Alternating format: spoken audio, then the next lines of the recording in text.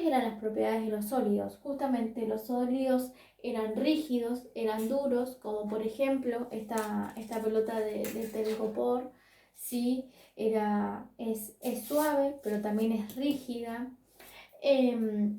Como es el caso, por ejemplo, de este tupper, ¿sí? También no es áspero, pero y es rígido y además es translúcido, ¿sí? Porque deja pasar la luz y nos deja ver. En cambio, la pelota de telgopor no.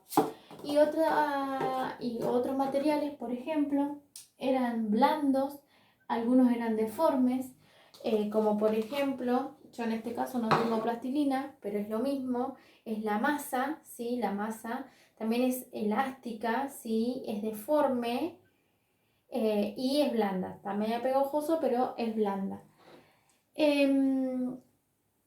Y una propiedad muy importante de los sólidos es que no toman, como dice acá, no toman la forma del recipiente. Tienen su propia forma. Y por ejemplo, es el caso de, acá tenemos un sólido, que es la pelota de telgopor. Yo la quiero meter dentro de este recipiente, la voy a colocar y van a ver que la pelota de telgopor no tomó la forma que tiene este recipiente, sino que siguió teniendo la forma que ya tenía, ¿sí? Diferente es el caso de los líquidos. Fíjense en este vaso que contiene agua, si yo lo voy a traspasar a el tupper, si yo lo traspaso, ¿sí? Fíjense en que el agua automáticamente deja de tener la forma que tenía el vaso y toma la forma que tiene el recipiente, ¿sí? Además de que moja, ¿sí? Si yo lo tirara al piso, se va a esparcir. Fíjense que yo cuando tiro también el agua acá adentro, se esparce tomando justamente la forma de este recipiente. Los objetos o los materiales cambian, ¿sí? Algunos de esos cambios son justamente provocados por nosotros, por los seres humanos, y otros, por ejemplo, son provocados por por el hombre, por la naturaleza. Yo acá tengo un cartelito, justamente, que es lo que habíamos trabajado en la clase anterior, en donde dice que los materiales sufren cambios, algunos naturales y otros provocados por el ser humano. ¿Se acuerdan cuáles eran los, por ejemplo, provocados por nosotros?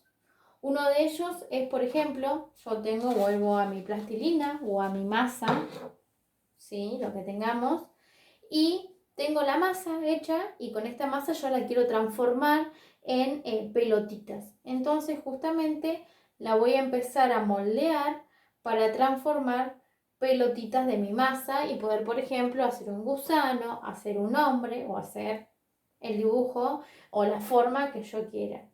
Cuando termine de amasar mi masa o mi plastilina, voy a tener justamente mi hombrecito, mi gusano, hecho por mí, por el hombre, ¿sí? Es decir, que esta masa, esta plastilina cambió, se transformó, dejó de ser masa, dejó de ser plastilina para empezar a ser un hombre o un gusano, ¿sí? Bien, pero había otros objetos, otros materiales, ¿sí? Que a veces cuando cambian, cuando se transforman, no son provocados por nosotros, sino que lo provoca justamente la naturaleza. A veces es el aire, otras veces es la lluvia, el sol, ¿sí? Había muchos ejemplos. Uno de los ejemplos que yo les había dicho era por ejemplo, los tornillos, cuando nosotros los dejamos mucho tiempo afuera, ¿sí? Con el sol, con la lluvia, con el viento, ese tornillo se empieza a oxidar. Justamente cambió, ya no es más un tornillo donde yo lo puedo usar, sino está oxidado, ¿sí? Su material ya cambió totalmente y no lo hicimos nosotros, lo hizo justamente la naturaleza, el sol, el viento. El ejemplo más claro que yo les había dado era el de la manzana, ¿sí? Voy a cortarla acá, voy a correr y voy a cortarla al medio, ¿sí?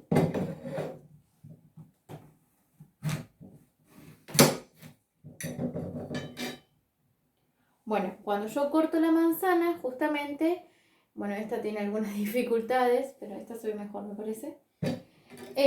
La manzana está de color, de su color natural, de su color claro, ¿sí? Mientras seguimos trabajando y mientras seguimos conversando, vamos a dejar esta manzana en reposo un par de segundos y vamos a ver qué le pasó a esta manzana.